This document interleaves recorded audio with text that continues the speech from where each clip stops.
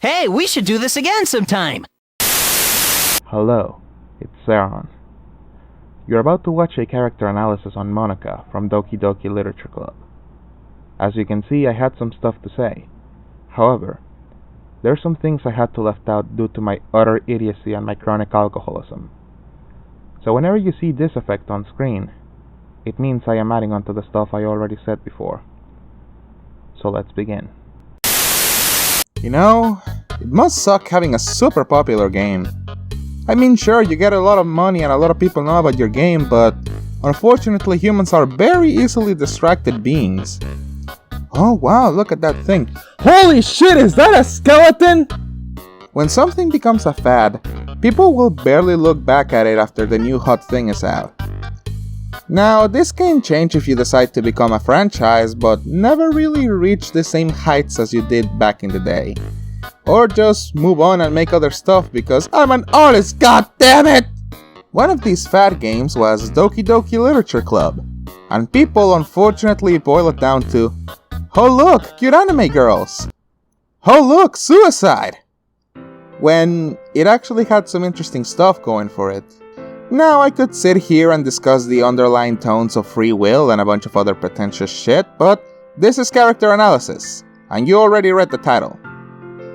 Monika is the main antagonist of Doki Doki, and before anyone asks, yes, she is the villain, since everything bad that happens was her doing. Monika is the president of the Literature Club, and for some reason having that position gives you self-awareness. She is your typical perfect high schooler. Good grades, good looks, sociopathic tendencies, you know, typical stuff. She actually shows both sociopathic and psychopathic tendencies, as well as some sadism. Kinky. Then again, I am not a psychologist, so I can't judge these things and pinpoint what's exactly wrong with her.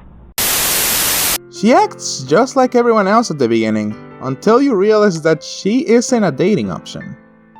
Why is that? Best I got is that she wasn't programmed to be dateable, but I think that was mostly Tin Salvato's intention. After realizing that she can't date the player and that she's in a video game, Monika starts messing with the code of the game to mess with the other members' personalities, which is odd, since this is a dating sim, and those kinds of games are not able to have a personality gauge.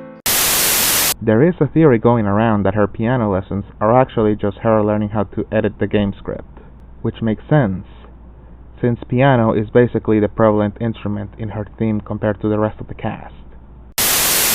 So while everyone is going and acting insane, Monika is, well, just Monika. Monika is basically a typical vindictive bitch you see in movies set in high school. If I can't have the guy, then no one can, type of deal. However, you need to stop and remind yourself that she is a self-aware character in a video game. From her point of view, she is basically losing the opportunity to date someone real to a bunch of robots.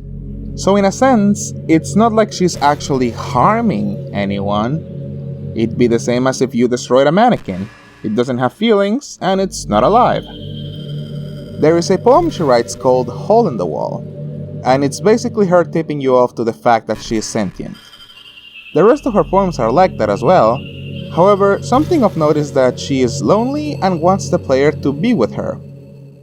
So she's basically, say it with me now, a fucking insult! So skipping a bunch of trauma, we're now at the end of it all.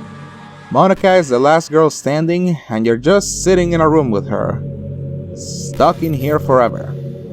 Now after this, you can actually learn a bit more about her as a person. Stuff like she likes rap music and what she thinks of the other girl's character traits. It's honestly very surreal, because she's starting to act more human. However, you need to remember, she's just as real as the other girls, and you prove it to her by erasing her character from the game files. She writes in pain and curses the player for doing something that she herself did to the other girls. She pauses for a moment and admits that she can't hate the player. She loves him too much and apologizes for everything she did. She then reboots the game, but this time, without herself in it. We see that Sayori is back and that she is now the president of the literature club. And she basically does the same thing Monika did, but this time being way more upfront about it. Or she can actually be nice and say goodbye, like in the real ending.